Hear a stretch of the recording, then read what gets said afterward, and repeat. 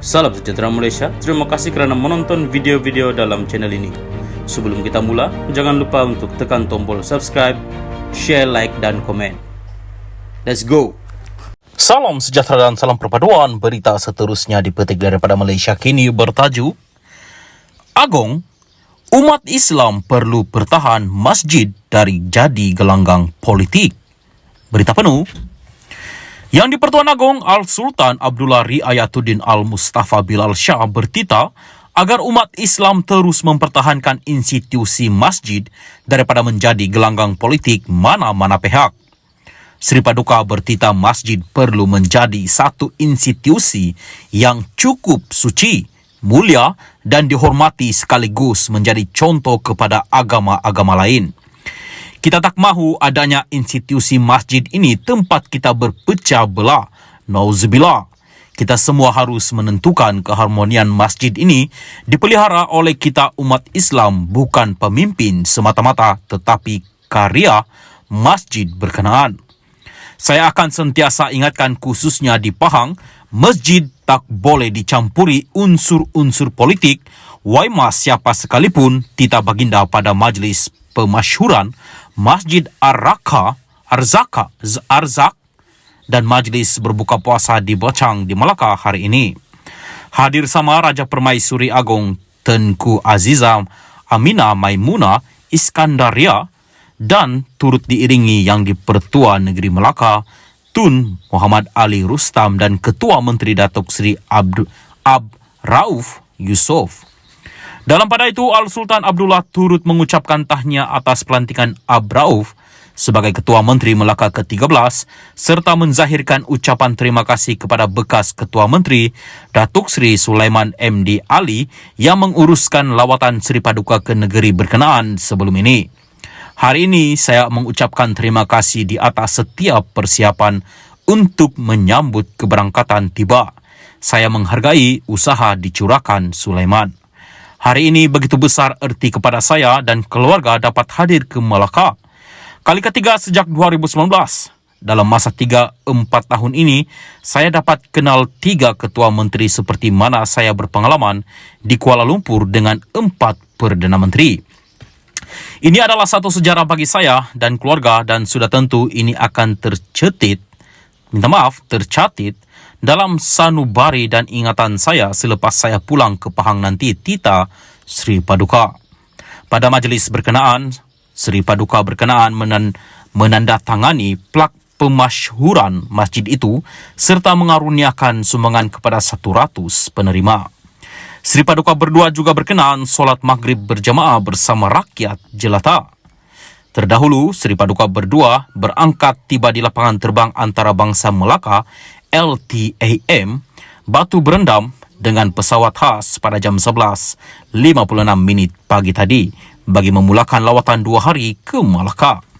Sri Paduka berdua kemudiannya berkenan melawat Bazar Ramadan Peringgit pada jam 4.45 petang tadi.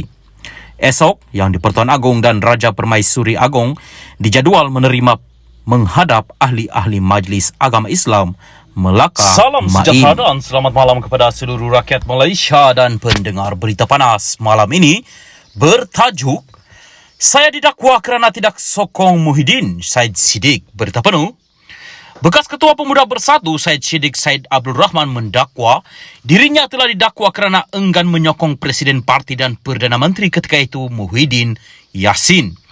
Pengasas bersama muda itu membuat dakwaan itu semasa memberi keterangan untuk menyokong pembelaannya terhadap 4 pertuduhan jenayah yang dikaitkan dengan RM1.12 juta dana parti. Semasa prosiding di Mahkamah Tinggi Kuala Lumpur hari ini, ahli Parlimen Muar itu memberi keterangan bahawa dia tidak mempunyai apa-apa untuk disembunyikan kerana siasatan pihak berkuasa pada awalnya adalah berhubung dakwaan kehilangan dana dari peti besi di rumahnya di Petaling Jaya pada Mac 2020. Semasa diperiksa semula oleh Peguam Bela Utama Gobind Singh Dio, bekas Menteri Belia dan Sukan itu mendakwa bahawa pada akhir bulan pada tahun itu, SPRM mengumumkan bahawa dia akan disiasat sambil menambah bahawa dia tidak mempunyai apa-apa untuk disembunyikan. Gobind Dalam akaun bersumpah kamu, pendakwaan mencabar kamu dengan mengatakan bahawa kenyataan kamu dibuat selepas berfikir semula. Adakah kenyataan kamu itu dibuat di mahkamah mengenai pertuduhan yang kamu hadapi di mahkamah benar? Syed Siddiq, memang benar Yang Arif. Sehingga hari ini, saya masih ingat saat ketika ia berlaku. Minta maaf. Apa yang dibincangkan, di mana dan apa yang berlaku selepas itu kerana apa yang berlaku adalah jelas salah. Dan saya tidak mahu musuh politik saya melalui perkara sama. Gobin, apabila kamu mengatakan apa yang berlaku jelas salah, apa yang kamu maksudkan? Syed Siddiq, permintaan untuk menyokong Muhyiddin walaupun saya tiada masalah pribadi dengannya. Namun, jika perkara itu menyokong kepimpinan Muhyiddin akan menghentikan pendakwaan terhadap saya, ia salah Yang Arif. Pegawai penyiasat I.O. sendiri menyiasat dan menyerbu rumah saya. Dia bersama saya setiap hari ketika dibawa untuk proses siasatan dengan SPRM. Untuk I.O. itu memberitahu SPRM adalah alat politik apabila tukar kerajaan dan saya adalah mangsa pendakwaan politik. Itu tidak betul dan berharap ia diperbetulkan. Saya tidak mahu musuh politik berhadapan perkara sama. Jika ada, saya harap perkara ini akan diperbetulkan. Gobin, apa yang dirujuk sebagai salah ialah tuntutan yang menyokong Muhyiddin Yassin. Jika tidak, pertuduhan akan dikenakan terhadap kamu. Itu yang awak cakap. Setakat yang kamu bimbangkan, itu salah. Syed Siddiq, betul, itu salah. Semasa peringkat pendakwaan perbicaraan tahun lepas, Sharifah Mahani, Syed Abdul Aziz dan Syed Abdul Rahman Abdul Asagov memberi keterangan bahawa anak mereka Syed Siddiq berada di bawah tekanan untuk menyokong Muhyiddin.